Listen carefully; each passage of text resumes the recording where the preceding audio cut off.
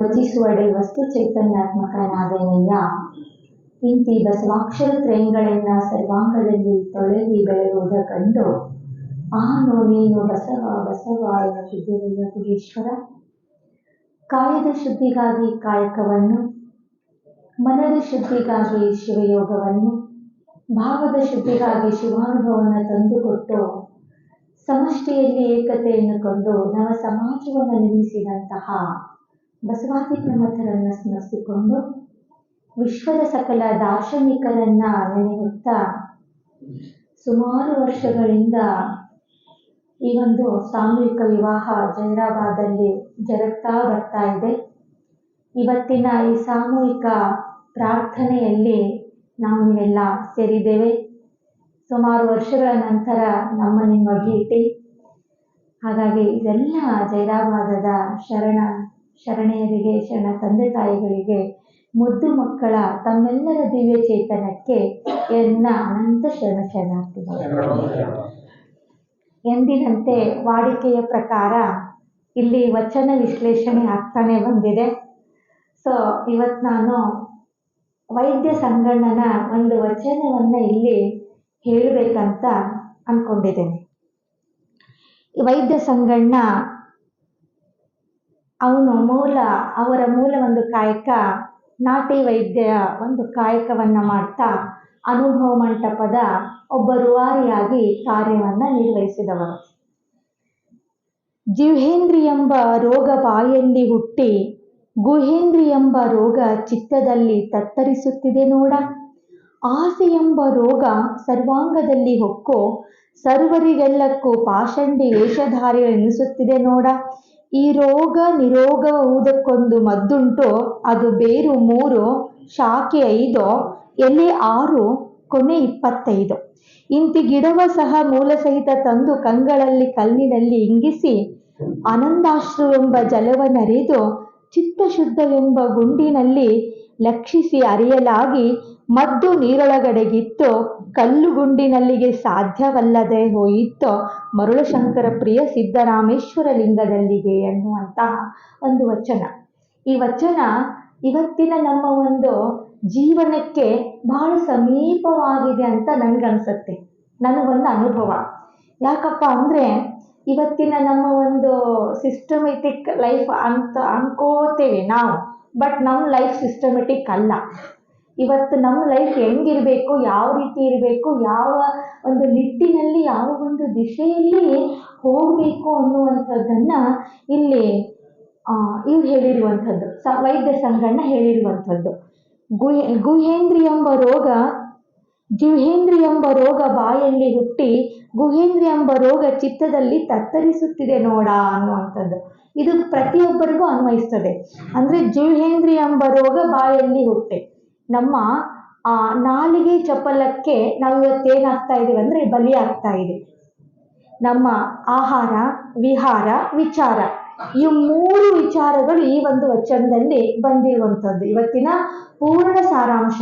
ವಚನ ಅಂದರೆ ಏನಪ್ಪ ಅಂದರೆ ಮೇಲಿನ ಒಂದು 2-3 ಲೈನು ಪ್ರಶ್ನೆಯಾಗಿ ಇರ್ತವೆ, ಕೆಳಗಿನ ಕೊನೆ 2 ಲೈನು ಕೂಡಲ ಸಂಗಮದಲ್ಲಿ ಅಂಕಿತ ನಾಮದ ಮುಂಚೆ ಇರುವಂಥ 2 ಲೈನು ಉತ್ತರ. ವಚನ ಓದಬೇಕಾದ್ರೆ ಆ ಪ್ರಶ್ನೆ ಮತ್ತು ಉತ್ತರ ಆ ವಚನದಲ್ಲಿನೇ ಅಡಗಿರ್ತವೆ. ಹಾಗಾಗಿ ವಚನ ಅಲ್ಲಿ ಇಲ್ಲಿ ಹುಡುಕಬೇಕಾಗಿಲ್ಲ. ಸ್ವಲ್ಪ ಶಬ್ದದ ಅರ್ಥ ತಿಳ್ಕೊಂಡ್ಬಿಟ್ರೆ ಅದರಲ್ಲೇ ಉತ್ತರ ಮತ್ತು ಪ್ರಶ್ನೆಗಳು ನಮಗೆ ಸಿಗ್ತವೆ. ನೀವು ಅನುಭವಕ್ಕೆ ನಿಮಗೆ ಬಂದಿರಬಹುದು. ಹಾಗಾಗಿ ಜಿಹ್ವೇಂದ್ರಿ ಎಂಬ ರೋಗ ಬಾಯಲ್ಲಿ ಹುಟ್ಟೆ. ರೋಗ ಎಲ್ಲಿ ಹುಟ್ಟುತ್ತದಂದ್ರೆ ನಮ್ಮ ಬಾಯಿಂದನೇ ಬರುವಂಥದ್ದು. ಬಾಯಿಂದ ಬರುವಂಥದ್ದು ಅಂದರೆ ಹೆಂಗಂದ್ರೆ ನಾವೆಲ್ಲ ಕ್ಲೀನಾಗಿ ತೊಳ್ಕೊತೇವಲ್ರಿ ಅಂತ ಅನ್ಕೋಬಹುದು. ಅಲ್ಲ, ನಮ್ಮ ಆಹಾರ ಬಾಯಿಯ ಚಪಲ. ಅದಕ್ಕಾಗಿ ಅಂತಾರೆ ಆಸೆ ಎಂಬುದು ಭವದ ಬೀಜ, ನಿರಾಸೆ ಎಂಬುದು ನಿತ್ಯ ಮುಕ್ತಿ ಅಂತ ಹೇಳ್ತಾರೆ ಕಾಳಗೆ. ಸೊ ಬಾಯಿಯ ಚಪಲಕ್ಕೆ ನಾವೇನಾಗಬೇಕಾಗಿದೆ, ಕಡಿವಾಣ ಹಾಕಬೇಕಾಗಿದೆ. ಇವೆಲ್ಲ ಹಾಕ್ತಾ ಇದ್ದೀವಿ ನಾವು. ಇವಾಗೆಲ್ಲ ಏನೇನೋ ರೋಗಗಳು ಉತ್ಪತ್ತಿ ಆಗ್ತಾ ಇದ್ದಾವೆ, ಏನೇನೋ ಡಿಸೀಸ್ ಬರ್ತಾ ಇದ್ದಾವೆ. ನಾವೇನು ಮಾಡ್ತಾ ಇದ್ದೀವಿ ಅಂದರೆ ಬಾಯಿಗೆ ಒಂದು ಕಡಿವಾಣ ಹಾಕಿದ್ದೇವೆ. ಅದನ್ನು ತಿನ್ನಬಾರ್ದು, ಇದನ್ನು ತಿನ್ನಬಾರ್ದು, ಇಂಟರ್ಮಿಟೆಂಟ್ ಫಾಸ್ಟಿಂಗ್ ಮಾಡಬೇಕು, ಫೈಬರ್ ಕಂಟೆಂಟ್ಸ್ ತಿನ್ನಬೇಕು, ಕಾರ್ಸ್ ತಿನ್ನಬಾರ್ದು ಅಂತ ಏನೇನು ನಾವು ಸಿಸ್ಟಮೆಟಿಕ್ ಒಂದು ರೂಲ್ಸ್ ಆ್ಯಂಡ್ ರೆಗ್ಯುಲೇಷನ್ಸ್ ಹೆಂಗೆ ತಗೊಂಡಿದ್ದೇವೋ ಆ ರೀತಿಯಲ್ಲಿ ಅದು ಅಲ್ಲಿಂದ ಸ್ಟಾರ್ಟ್ ಆಗತ್ತೆ ರೋಗ. ಸ್ಟಾರ್ಟ್ ಆದಾಗ ಗುಹೇಂದ್ರಿಯ ಎಂಬ ಚಿತ್ತದಲ್ಲಿ ತತ್ತರಿಸುತ್ತಿದೆ ನೋಡ. ಕಾಮವಿಕಾರಕ್ಕೆ ಒಳಗಾಗಿರುವಂಥ ಇಂದ್ರಿಯ ಏನಿದೆ ಅದು ಒಂದು ಸಂಪೂರ್ಣ ತನ್ನ ಜೀವನವನ್ನೇ ನಾಶ ಮಾಡ್ತಾ ಇದೆ, ತತ್ತರಿಸುತ್ತಿದೆ ನೋಡ ಅಂತ ಹೇಳ್ತಾರೆ. ತತ್ತರಿಸ್ತಾ ಇದೆ. ಎಲ್ಲಿ ಕೂತ್ರು ಏನು ಮಾಡಿದ್ರು ಸಮಾಧಾನ ಇಲ್ಲ, ಎಷ್ಟು ನೋಡಿದ್ರು ಸಮಾಧಾನ ಇಲ್ಲ, ಎಷ್ಟು ಕೇಳಿದ್ರು ಸಮಾಧಾನ ಇಲ್ಲ, ಎಷ್ಟು ಗಳಿಸಿದ್ರೂ ಸಮಾಧಾನ ಇಲ್ಲ, ಎಂಥದ್ದು ಇಲ್ಲ. ಬರೀ ಏನೋ ಒಂದು ಕಳ್ಕೊತಾ ಇದ್ದೀವೇನೋ, ಏನೋ ಒಂದು ಆಸೆಗೆ ಆಸೆ ಅಂತ ಹೇಳಲಿಕ್ಕೂ ಬರೋಂಗಿಲ್ಲ, ಅಷ್ಟು ಕನಿಷ್ಠ ಮಟ್ಟಿಗೆ ನಾವು ಬುದ್ಧಿಯನ್ನು ಕೊಡ್ತಾ ಇದ್ದೀವಿ ಅನ್ನುವಂಥ ವಿಚಾರ. ಅದನ್ನೇನು ಮಾಡಬೇಕಾಗಿದೆ ಇವತ್ತಿನ ದಿನ ನಾವು ಕಡಿವಾಣ ಹಾಕಬೇಕಾಗಿದೆ. ಅದು ಎಲ್ಲಿದೆ ಅಂದರೆ ಆಸೆ ಎಂಬ ರೋಗ ಸರ್ವಾಂಗದಲ್ಲಿ ಹೊಕ್ಕು. ಆಸೆ ಎಂಬ ರೋಗ ಸರ್ವ ಅಂಗದಲ್ಲಿ ಹೊಕ್ಕು. ಎಲ್ಲ ಚಪಲಕ್ಕೆ ಒಳಗಾಗ್ತಾ ಇದೆ, ಎಲ್ಲ ಡಿಸೀಸ್ಗಳು ಬರ್ತಾ ಇದಾವೆ ನಮಗೆ. ಅದು ಹೆಂಗೆ ಬರ್ತಾ ಇದೆ ಅಂದರೆ ಆಸೆ ಮೂಲ ಕಾರಣ ಅಂತ ಹೇಳ್ತಾರೆ. ಯಾಕೆ ಈ ಮನುಷ್ಯನಿಗೆ ಆಸೆ ಇರಬಾರ್ದ? ಆಸೆ ಇರಬೇಕು, ಅತಿ ಆಸೆ ಇರಬಾರ್ದು ಅಂತ ಹೇಳ್ತಾರೆ. ಶರಣರು ಹೇಳಿರುವಂಥದ್ದು ಅದೇ ವಿಚಾರ. ಸೊ ಹಾಗಾಗಿ ಸರ್ವರೆಲ್ಲಿಗರೂ ಪಾಷಂಡಿ ವೇಷಧಾರಿಗಳೆನಿಸುತ್ತಿದೆ. ಇವೆಲ್ಲ ನಮ್ಮ ಶರೀರದಲ್ಲಿರುವಂತಹ ಎಲ್ಲ ಇಂದ್ರಿಯಗಳು ಹೆಂಗೆನಿಸ್ತಾ ಇದಾವೆ ಅಂದರೆ ಪಾಷಂಡಿ ವೇಷಧಾರಿಗಳೇನೋ. ಪಾಷಂಡಿ ವೇಷಧಾರಿಗಳಂದ್ರೆ ಏನು ಡಾಂಬಾಚಾರದಲ್ಲಿ ಡಾಂಬಿಕತೆಗೆ ಒಳಗಾಗ್ತಾ ಇರ್ತನೋ ಅನ್ನುವಂಥದ್ದು. ಯಾವುದು? ಈ ನಮ್ಮ ಕಾಯ. ಅದಕ್ಕಾಗಿ ಕಾಯದ ಶುದ್ಧಿಯನ್ನ ಮಾಡ್ಕೋತಾ ನಾವು ತನು ಮನ ಭಾವ ಇದಕ್ಕೆ ಶುದ್ಧಿ ಮಾಡ್ಕೋಬೇಕಾಗಿತ್ತಂದ್ರೆ ಇದಕ್ಕೆ ಮದ್ದುಂಟು. ಇದಕ್ಕೆ ಏನಿದೆ? ಮದ್ದಿದೆ. ಅದು ಎಲ್ಲಿದೆ ಮದ್ದು? ಆ ಬೇರು ನಾವಂತ ನೋಡ್ರಿ, ಅವನ್ನೆಲ್ಲ ಬೇರೆಲ್ಲ ಮಾಡ್ತಾ ಇದ್ದಲ್ಲ ವೈದ್ಯ ಸಂಗಣ್ಣ, ಅದಕ್ಕೆ ಅವರ ಒಂದು ವಿಚಾರದಲ್ಲಿ ಹೇಳ್ತಾರೆ ಅದು ಮದ್ದುಂಟು. ಅದು ಬೇರು 3 ಶಾಖೆ 5 ಎಲೆ. 3 ಶಾಖೆ ಅಂದ್ರೆ ತನು ಮನ ಭಾವ, ಕಾನ್ಸಸ್ ಸಬ್ಕಾನ್ಸಸ್ ಕಾನ್ಸಸ್ ಅನ್ಕಾನ್ಸಸ್ ಅಂಡ್ ಸಬ್ಕಾನ್ಸಸ್ ಅಂತ ಹೇಳ್ತೇವೆ. ತನು ಮನ ಭಾವ ಅನ್ನುವಂಥ 3 ಶಾಖೆಯ 5 ಎಲೆಗಳು. 5 ಎಲೆ ಅಂದ್ರೆ ಪಂಚೇಂದ್ರಿಯಗಳು ಅನ್ನುವಂತಹ 5 ಎಲೆಗಳನ್ನ ತೆಗೆದುಕೊಂಡು ಬಂದು 6 ಕೊನೆ 25. 6 ಕೊನೆ ಅಂದ್ರೆ ಅರಿಷಡ್ ವರ್ಗಗಳನ್ನ ಅರಿದು 25 ಸಾರಿ ಅರಿದು ಅಂತ ಹೇಳ್ತಾರೆ. ಪಂಚವಿಂಶತಿ ತತ್ವಗಳು ನಮ್ಮ ಶರೀರದಲ್ಲಿದ್ದಾವೆ. ಕರುಣಾಸಿಗೆಯಲ್ಲಿ ಪೂರ್ಣ ವಿವರಣವಾಗಿ ಚನ್ನಬಸವಣ್ಣವರು ಹೇಳಿಕೊಟ್ಟಿರುವಂಥದ್ದು. ಆ ಪಂಚವಿಂಶತಿ ತತ್ವದ ಅರಿದು ಮೂಲ ಸಹಿತ ತಂದು, ಮೂಲ ಸಹಿತ ಅಂದ್ರೆ ಬೇರು ಸಮೇತ ಕಿತ್ತು ಹಾಕಿ, ಆ ಬೇರು ಸಮೇತ ತಂದು ಕಂಗಳ ಕಣ್ಣಿನಲ್ಲಿ ಇಂಗಿಸಿ. ಇಲ್ಲಿದೆ ನೋಡ್ರಿ ಉತ್ತರ, ಇಲ್ಲಿದೆ. ಕಂಗಳ ಕಣ್ಣಿನಲ್ಲಿ ಇಂಗಿಸಿ ಅಂದ್ರೆ ಇಷ್ಟಲಿಂಗದ ಕಣ್ಣಿನಲ್ಲಿ, ಕಂಗಳ ಕಣ್ಣಿನಲ್ಲಿ, ಕಂಗಳ ಅಂದ್ರೆ ಕಣ್ಣುಗಳು, ಆ ಕಣ್ಣಿನ ಕಂಗಳಲ್ಲಿ ಇಂಗಿಸಿ. ನೋಡ್ರಿ ಬೇರೆಲ್ಲ ತಂದು ನೀವು ಕುದಿಸಿ ಸ್ವಲ್ಪ 100 ಗ್ರಾಮ್ ಇದ್ದಿದ್ದ 100 ml ಇದ್ದಿದ್ದನ್ನ 50 ml ಮಾಡಬೇಕು ಅಂತ ಹೇಳ್ತಾರೆ ಕಾಮನ್ ಆಗಿ. ಹಂಗ ಇವೆಲ್ಲ ತಂದು ಎದ್ರಾಗ ಇಂಗಿಸ್ಬೇಕದು? ಕಾಮನ್ ಆಗಿ ಅದ್ರಾಗ ಹೆಂಗೆ ಇಂಗಿಸ್ತೇವಲ್ಲ ಹಂಗ ಇದು ಕಣ್ಣಿನಲ್ಲಿ, ಆ ಕಂಗಳ ಕಣ್ಣಿನಲ್ಲಿ ಇಂಗಿಸಿ ಅಂದ್ರೆ ಎಲ್ಲ ಸರ್ವಾಂಗಕ್ಕೂ ಒಂದೇ ಮದ್ದು. ಅದು ಯಾವುದಂದ್ರೆ ಇಷ್ಟಲಿಂಗ ಯೋಗ. ಆ ಕಂಗಳ ಕಣ್ಣಿನಲ್ಲಿ ಇಂಗಿಸಿ. ಕಣ್ಣಿನಲ್ಲಿ ಹೆಂಗೆ ಇಂಗಿಸ್ಬೇಕದು? ಅದನ್ನ ಹೆಂಗೆ ಯಾವ ರೀತಿ ಇರ್ಬೇಕಂದಾಗ ನನಗೆ ನಾನು ಪ್ರಶ್ನೆ ಹಾಕೊಂಡು, ನನಗೆ ನಾನು ತಿದ್ಕೊಂಡು, ಅಂತಾರೆ ಎನ್ನ ಚಿತ್ತವು ಹತ್ತಿ ಹಣ್ಣು ನೋಡಯ್ಯ ಅಂತ ಹೇಳ್ತಾರೆ. ಅಂದ್ರೆ ನನ್ನ ಚಿತ್ತ ಹೆಂಗಿದೆ, ನಾನು ಏನ್ ಮಾಡ್ತಾ ಇದ್ದೀನಿ, ನಾ ಯಾವ ವೇಗ್ ಹೋಗ್ತಾ ಇದ್ದೀನಿ, ನಾನು ಮಾಡುವಂಥದ್ದು ಸರಿನಾ, ನಾನು ಮಾಡುವಂಥದ್ದು ತಪ್ಪ, ಯಾರು ಹೇಳ್ಬೇಕಾಗಿಲ್ಲ ರೀ, ನನ್ನ ಮನಸ್ಸೇ ನನಗೆ ಹೇಳ್ತದೆ. ಅದಕ್ಕೆ ಸ್ವಲ್ಪ ನಾನು ಯಾರಿಗೂ ಸಮಯ ಕೊಡ್ಲಿಲ್ಲ ಅಂದ್ರೂ ಪರವಾಗಿಲ್ಲ, ನನಗೆ ನಾನು ಸಮಯ ಕೊಡಬೇಕು. ಇಷ್ಟಲಿಂಗ ಯೋಗ ಅಂದ್ರೆ ಏನ್ ಗೊತ್ತಾ? ನನಗೆ ನಾನು ಸಮಯ ಕೊಟ್ಟಂಗೆ. ಅದು ಪೂಜೆ ಮಾಡಬೇಕು ಅಲ್ಲ, ಪೂಜೆ ಮಾಡ್ಕೋಬೇಕು ಅನ್ನೋಂಥ ತತ್ವದವ್ರು ನಾವು. ನನಗೆ ನಾನು ಸಮಯ ಕೊಡಬೇಕು, ನನಗೆ ನಾನು ಪ್ರೀತಿ ಮಾಡಬೇಕು, ನನಗೋಸ್ಕರ ನಾನೇನು ಮಾಡಬೇಕು? ಸ್ವಲ್ಪ ಎಲ್ಲ ಬಿಟ್ಟಿಸ್ತರ ತುಂಬ್ಕೋತಾ ಬಂದ್ವಿ ತಾನೆ. ಈ ಸಂಸಾರವೆಂಬ ಜಂಜಾಟದೊಳಗ ಎಲ್ಲನೂ ಸರಿಪಡಿಸ್ತಾ ನನ್ನನ್ನು ನಾವು ಮರ್ತು ಬಿಟ್ವಿ ಅಲ್ಲಿ. ಇಲ್ರಿ ಇಷ್ಟು ವರ್ಷ ಆಯ್ತು ಬರೀ ಅವ್ರದ್ದು ಮಾಡಿದ್ವಿ, ಇವ್ರದ್ದು ಮಾಡಿದ್ವಿ, ಹಂಗೆ ಮಾಡಿದ್ವಿ, ಹಿಂಗೆ ಮಾಡಿದ್ವಿ, ನನಗೋಸ್ಕರ ನನ್ನ ವೈಯಕ್ತಿಕಗೋಸ್ಕರ ನಾನು ಮರ್ತು ಬಿಟ್ಟೇರಿ, ನನಗೆ ಸಮಯನೇ ಸಿಗಲಿಲ್ಲ, ನನಗೆ ಕಾಲನೇ ಸಿಗಲಿಲ್ಲ ಅಂತ ಹೇಳಿದ್ರಿ ಕಾಮನ್ ಆಗಿ. ಹಾಗಾಗಿ ಇಲ್ಲಿ ಏನಂತಾರಂದ್ರೆ ಕಂಗಳ ಕಣ್ಣಿನಲ್ಲಿ ಇಂಗಿಸಿ ಆನಂದಾಶ್ರು ಎಂಬ ಜಲವನ್ನೆರೆದು. ಕಾಮನ್ ಜನ ಅಲ್ಲ, ಆನಂದಾಶ್ರು. ಆನಂದ ನೋಡ್ರಿ, ಬಹಳ ಖುಷಿ ಆದಾಗ ಮನಸ್ಸಿಗೆ, ದುಃಖ ಆದಾಗನೂ ಅಶ್ರುಗಳು ಬರ್ತಾವೆ. ಅದು ನೆಗೆಟಿವಿಟಿಯಿಂದ ತುಂಬಿರ್ತಾವೆ. ಅದು ನಕಾರಾತ್ಮಕದಿಂದ ಕೂಡಿರುವಂತ ಅಶ್ರುಗಳು. ಕಣ್ಣೀರು, ಅಶ್ರು ಅಂದ್ರೆ ಕಣ್ಣೀರು. ಬಹಳ ಖುಷಿ ಆದಾಗಲೂ ಕಣ್ಣೀರು ಬರ್ತದೆ. ಅಲ್ಲದ ಅನುಭವಿಸಿದ್ರೆ ಇದು ಬಹಳ ಖುಷಿಯಾಗಿರುವಂತಹ ಕಣ್ಣೀರಿನಲ್ಲಿ ಏನಿರ್ತದೆ, ಸಕಾರಾತ್ಮಕ ತುಂಬಿರ್ತದೆ. ಹಾಗಾಗಿ ಮನುಷ್ಯ ಯಾವಾಗಲೂ ಸಕಾರಾತ್ಮಕ ವಿಚಾರಗಳನ್ನ ಹೊಂದ್ಕೊಂಡು ಅತಿ ಖುಷಿಯಾಗಿರ್ಬೇಕಂತೆ, ಅತಿ ಲವಲವಿಕೆಯಿಂದ ಇರ್ಬೇಕಂತೆ, ಅತಿ ಆಕ್ಟಿವ್ ಆಗಿರ್ಬೇಕಂತೆ. ನಾವೇನಾದ್ರೂ ಒಂದು ಬಂತಂದ್ರೆ ಅಯ್ಯೋ ಹಿಂಗಾಯ್ತಲ್ಲಪ್ಪ ಅಂತ ಚಿಂತೆಯಲ್ಲಿ ಮನಸ್ಸನ್ನ ಕೊಟ್ಟು ಬಿಡ್ತೇವೆ. ಆದ್ರೆ ಶರಣರು ಚಿಂತೆಯಲ್ಲಿ ಮನಸ್ಸು ಕೊಟ್ಟವರಲ್ಲ, ಶರಣರು ಚಿಂತನೆಯಲ್ಲೇ ಮನಸ್ಸು ಕೊಟ್ಟವರು. ಇದನ್ನ ಅರ್ಥ ಮಾಡ್ಕೋಬೇಕಾಗಿದೆ. ಇವತ್ತು ನಾವು ಚಿಂತೆ ಮಾಡ್ತಾ ಹೋದ್ರೆ ಏನು ಆಗಂಗಿಲ್ಲ, ಚಿಂತನೆ ಮಾಡ್ತಾ ಹೋಗ್ಬೇಕಾಗಿದೆ. ಚಿಂತನೆಯಲ್ಲಿ ನಾವು ಯಾರ ಮನಸ್ಸನ್ನ ಕೊಡ್ತೇವೋ, ಚಿಂತನೆ ಯಾರು ಗೈತೇವೋ, ನಮ್ಮನ್ನ ನಾವು ಪ್ರಶ್ನೆಗಳನ್ನು ನಾವು ಯಾವಾಗ ಹಾಕೋತೇವೋ, ನಮ್ಮನ್ನ ನಾವು ಆ ಒಂದು ವಿಚಾರಗಳಿಗೆ ಯಾವಾಗ ಹೋಗ್ತೇವೋ, ಅದರಲ್ಲಿ ಏನಾಗುತ್ತೆ, ನಮ್ಗೆ ಆ ಪ್ರಶ್ನೆಗಳಿಗೆ ನಮ್ಗೆ ನಾವೇ ಉತ್ತರ ಕೊಡ್ಲಿಕ್ಕೆ ಸಾಧ್ಯ ಆಗತ್ತೆ. ಅದಕ್ಕಾಗಿ ಹೇಳಿದ್ರು, ಆನಂದಾಶ್ರು ಎಂಬ ಜಲವನೆರೆದು ಚಿತ್ತಶುದ್ಧವೆಂಬ ಗುಂಡಿಯಲ್ಲಿ ಲಕ್ಷಿಸಿ ಅರೆಯಲಾಗಿ. ಚಿತ್ತಶುದ್ಧಿ ಎಂಬ ಗುಂಡಿಯಲ್ಲಿ ಅರಿತಾರ ನೋಡ್ರಿ ಆ ಔಷಧಿಯನ್ನ. ಹಂಗ ನಮ್ಮ ಎಲ್ಲ ವ್ಯಾಧಿ ಅನ್ನುವಂಥವನ್ನ ತೆಗೆದು ಹಾಕ್ಲಿಕ್ಕೆ ಚಿತ್ತಶುದ್ಧಿಯ ಗುಂಡಿಯಲ್ಲಿ, ಗುಂಡಿ ಅಂದ್ರೆ ಒಂದು ಪಾತ್ರ ಅರಿಯುವಂತ ಒಂದು ಸಾಮಗ್ರಿ, ಅಂಥ ಗುಂಡಿಯಲ್ಲಿ ಅರಿಬೇಕು ಅಂತ ಹೇಳ್ತಾರೆ. ಎಂಥ ಗುಂಡಿಲಿ? ಚಿತ್ತಶುದ್ಧವೆಂಬ ಗುಂಡಿ. ಮನಸ್ಸಿಗೆ ನಾವು ತಿಳಿ ಹೇಳ್ಬೇಕು. ಏನ್ ಬಿಡ್ರಿ ಮನಸ್ಸು ಕೇಳೋದೇ ಇಲ್ಲ ಅಂತ ಹೇಳ್ತೇವಿ, ಕೇಳುತ್ತೆ. ಅದು ಯಾವಾಗ ನಾವು ಅದಕ್ಕೆ ಪ್ರಶ್ನೆ ಹಾಕೊಂಡು ನಾವು ಅದಕ್ಕೆ ಮುದ್ದು ಮಾಡಿದಾಗ. ಮನವೆಂಬ ಮರ್ಕಟ ಅಲ್ಲದು, ಮನವೆಂಬ ಗಿಳಿ ವಯ್ಯಾರವನ್ನ ನೋಡವ ಅಂತ ನಿಜಗುಣ ಶಿವಗಳು ಒಂದ್ ಕಡೆ ಹೇಳ್ತಾರೆ. ಆ ಗಿಳಿಯನ್ನ ಲಾಲಿಸಿ ಪಾಲಿಸಿದಾಗ ಅದನ್ನ ಮಾತು ಕೇಳುತ್ತೆ. ಅದಕ್ಕೆ ಸಾಕ್ಷಿ ಅಕ್ಕನೇ. ಅನೇಕ ವಿಚಾರಗಳಿಗೆ ನಾವು ಏನು ಅಸಡ್ಡೆ ಮಾಡ್ತಾ ಇದ್ದೀವಿ. ಇಲ್ಲಿ ಯಾಕೆ ಏಕದೇವೋಪಾಸನೆ ಒತ್ತಿ ಹೇಳಿದ್ರಂದ್ರೆ, ನಿನ್ನನ್ನು ನೀನು ತಿಳ್ಕೊಳ್ಳಿಕ್ಕೆ, ನಿನ್ನನ್ನು ನೀನು ಅರಿಲಿಕ್ಕೆ, ನಿನ್ನನ್ನು ನೀನು ಅರಿತು ನಿನ್ನ ಜೊತೆ ನೀನು ಇರ್ಲಿಕ್ಕೆ, ನಿನ್ಗೋಸ್ಕರ ಸ್ವಲ್ಪ ಸಂಪರ್ಸೆಂಟ್ ಸಮಯ ಕೊಡ್ಲಿಕ್ಕೆ ಹೇಳಿದ್ರು. ಹಾಗಾಗಿ ಈ ಗುಂಡಿನಲ್ಲಿ ಅರೆಯಲಾಗಿ ಮದ್ದು ನೀರೊಳಗಡೆಗಿತ್ತು, ಕಲ್ಲು ಗುಂಡಿನಲ್ಲಿ ಸಾಧ್ಯವಲ್ಲದೆ ಹೋಯಿತು ಮರುಳ ಶಂಕರ ಪ್ರಿಯ ಸಿದ್ದರಾಮೇಶ್ವರ ಲಿಂಗದಲ್ಲಿ ಅಂತ ಹೇಳ್ತಾರೆ.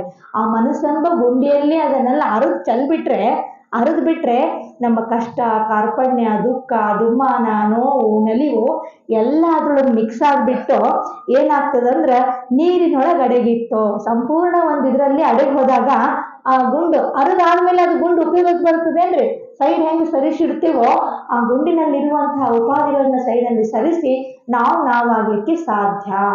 ಯಾಕಪ್ಪ ಅಂದ್ರೆ ಇವತ್ತಿನ ಒಂದು ದಿನಮಾನದಲ್ಲಿ ನಾವು ಏನೇನು ಮಾಡ್ತಾ ಇದ್ದೇವೆ, ಹೆಂಗೆಂಗು ಹೋಗ್ತಾ ಇದ್ದೇವೆ, ಹೆಂಗೆಂಗು ಜೀವನ ನಡೆಸ್ತಾ ಇದ್ದೇವೆ. ಏನು ಮಾಡಿದ್ರು ಯಾರಿಗೂ ಸಮಾಧಾನ ಇಲ್ಲ, ಏನ್ ಮಾಡಿದ್ರು ಯಾರಿಗೂ ತೃಪ್ತಿ ಇಲ್ಲ, ಏನ್ ಮಾಡಿದ್ರು ಯಾರಿಗೂ ಸಂತೃಪ್ತಿ ಸಿಗ್ತಾ ಇಲ್ಲ. ಇದಕ್ಕೆ ಮೂಲ ಕಾರಣ ಏನಪ್ಪ? ನಮ್ಮ ಆಹಾರ, ವಿಹಾರ, ವಿಚಾರ. ಈ 3 ಕಾರಣಗಳು ನಮ್ಮನ್ನು ನಾವು ಕಳ್ಕೊತಾ ಇದ್ದೀವಿ ಅಂತ ಅನಿಸ್ತದೆ. ಹಾಗಾಗಿ ಈ 3 ಕಾರಣಗಳು ಶುದ್ಧಿ ಆಗ್ಬಿಟ್ರೆ ಹೇಗಂದ್ರೆ, ನಾವು ಉದಾಹರಣೆ ಹೇಳ್ಬೇಕಂದ್ರೆ, ಮನೆಯ ಮುಂದೆ ಸುಂದರವಾಗಿರುವಂತಹ ಗೇಟು, ಮನೆಯ ಮುಂದೆ ಸುಂದರವಾಗಿರುವಂತಹ ಗೇಟು ತೆಗೆದು ಮನೆಯೊಳಗೆ ಬಂದಾಗ ಹಾಲಲ್ಲಿ ಕಾಣುತ್ತವೆ ಸೋಫಾ ಸೆಟ್ಟು, ಗೇಟು ತೆಗೆದು ಮನೆಯೊಳಗೆ ಬಂದಾಗ ಹಾಲಲ್ಲಿ ಕಾಣುತ್ತವೆ ಸೋಫಾ ಸೆಟ್ಟು, ಅಡಿಗೆ ಮನೆಯಿಂದ ಬರುತ್ತವೆ ಟೀ ಕಾಫಿ ಸೆಟ್ಟು, ಅಡಿಗೆ ಮನೆಯಿಂದ ಬರುತ್ತವೆ ಟೀ ಕಾಫಿ ಸೆಟ್ಟು, ಆದರೆ ಮನೆಯಲ್ಲಿ ಇರುವಂತಹ ಮೈಂಡ್ಗಳೆಲ್ಲ ಅಪ್ಸೆಟ್. ಈ ರೀತಿ ಆಗಿದೆ ನಮ್ಮ ಪರಿಸ್ಥಿತಿ. ನಿಜ ಹೇಳಿದೆ, ಪ್ರತಿಯೊಬ್ಬರ ಮನೆಯಲ್ಲಿ ಈ ರೀತಿ ಪರಿಸ್ಥಿತಿಗಳು ಆಗ್ತಾ ಇದ್ದಾವೆ. ಯಾಕೆ ಆಗ್ತಾ ಇದ್ದಾವೆ? ಆ ಅಪ್ಸೆಟ್ ಆಗಿರುವಂತಹ ಮೈಂಡ್ಗಳನ್ನ ಸೆಟ್ ಮಾಡ್ಕೊಳ್ಳಿಕ್ಕೆ ಯೋಗ. ನಾವೆಲ್ಲ ಸೆಟ್ ಮಾಡ್ಕೋತಾ ಇದ್ದೀವಿ, ಎಲ್ಲಾನು ಸೆಟ್ ಮಾಡ್ಕೋತಾ ಇದ್ದೀವಿ. ನಾವು ಪ್ರತಿಯೊಂದು ವಸ್ತುಗಳಿಗೆ ಮೇಲೆ ಸೆಟ್ಟಿಂಗ್ಸ್ ಇಡ್ತಾ ಇದ್ದೀವಿ, ಮ್ಯಾಚಿಂಗ್ಸ್ ಇಡ್ತಾ ಇದ್ದೀವಿ.